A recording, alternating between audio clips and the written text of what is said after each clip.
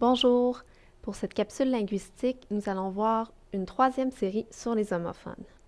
Je vous rappelle d'abord ce que sont les homophones. En fait, ce sont des mots ou des groupes de mots qui se prononcent ou s'entendent de la même façon, mais qui s'écrivent différemment. Pour cette capsule, on va s'intéresser aux homophones verbaux, donc qui sont des noms et des verbes qui s'entendent de la même manière, mais qui vont s'écrire de façon différente. D'abord, on va voir les noms communs et les verbes du premier groupe pour ensuite se pencher sur les noms communs et les verbes du troisième groupe.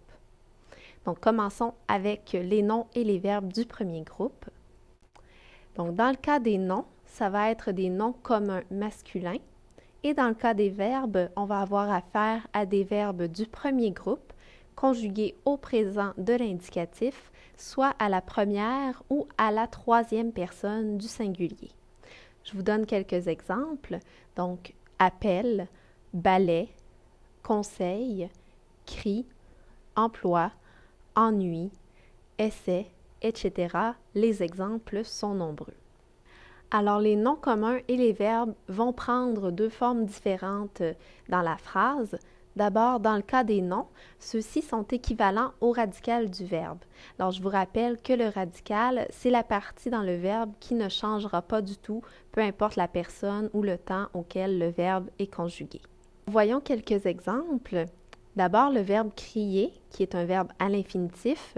Je vous ai mis une barre oblique qui sépare le radical de la terminaison. Donc, le radical ici, c'est CRI et cri va être d'ailleurs le nom commun. Dans le cas du verbe appeler, c'est un peu la même chose. Donc, appel va être le radical. Dans le cas du verbe ennuyer, c'est un peu différent. Donc ici, pour des questions d'écriture, on va changer le Y, qui est la lettre finale du radical, pour un I. De leur côté, les verbes sont aussi formés du radical. Par contre, on va ajouter la terminaison E à ce radical.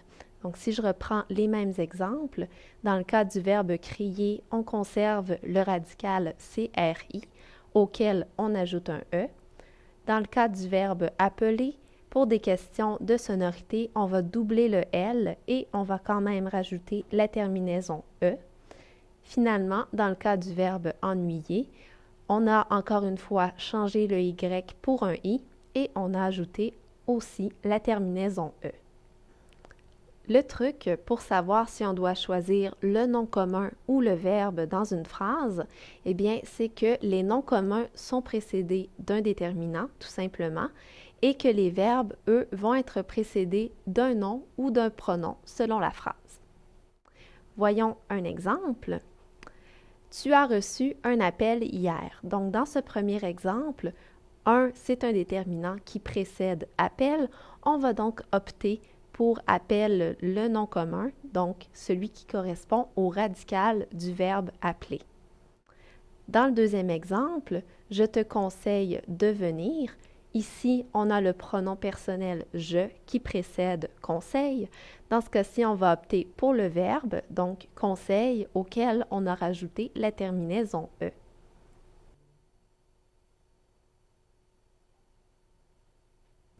D'autres exemples, il emploie l'anglais au travail. Dans ce cas-ci, on a encore une fois un pronom personnel qui est il.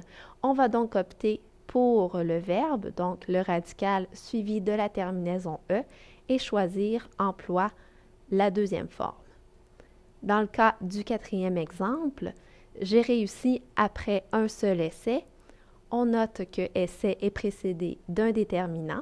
On va donc choisir la forme qui correspond au radical du verbe essayer et on opte pour le premier essai.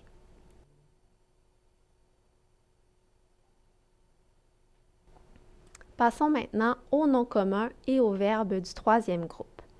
Donc, encore une fois, pour les distinguer, on doit savoir que les noms vont être des noms communs masculins et que les verbes de leur côté vont être des verbes, dans ce cas-ci, du troisième groupe, conjugués au présent de l'indicatif, à la première ou à la troisième personne du singulier. Je vous donne encore une fois quelques exemples. Donc, accueil, soutien, entretien, etc. Dans ce cas-ci aussi, les exemples sont nombreux. La forme que le verbe ou le nom va prendre varie encore une fois. Donc, dans le cas des noms, leur forme se rapproche du radical du verbe sans en être la copie exacte. Donc, voyons quelques exemples. Dans le cas du verbe accueillir, ça va assez facilement. On garde accueil, qui est le radical du verbe. Dans le cas du verbe soutenir, ici, on a une petite modification à faire puisque le radical est S-O-U-T-E-N, mais pour des questions de sonorité, on doit ajouter un I au radical pour arriver au mot soutien. Les verbes, de leur côté, vont être formés du radical du verbe, suivi non pas de la terminaison E, mais bien de plusieurs terminaisons, donc soit le E, le S ou encore le T, dépendamment de la personne à laquelle le verbe est conjugué. Je vous redonne les mêmes exemples. Dans le cas du verbe accueillir, la forme verbale, ça va être le radical auquel on va rajouter la terminaison E. Donc, ici, accueil, E-I-L-L-E. Dans le cas du verbe soutenir, on a bien sûr ajouté notre I et on peut l'accorder soit avec un S ou avec un T, dépendamment de la personne à laquelle le verbe est conjugué. Le truc pour distinguer le verbe du nom dans la phrase, encore une fois, c'est le même truc qui a été utilisé pour les verbes du premier groupe. C'est tout simplement que les noms communs sont précédés d'un déterminant, tandis que les verbes vont être précédés d'un nom ou d'un pronom selon la phrase. Passons maintenant aux exemples.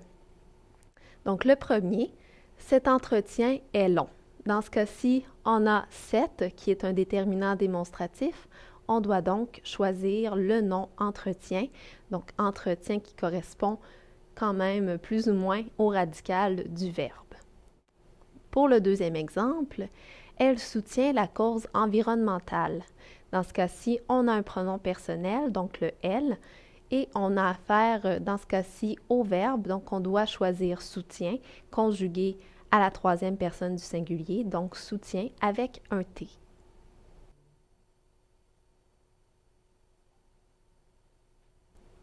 Pour la préparation de cette capsule linguistique, une source a été consultée, soit le site Internet du CCDMD. Merci.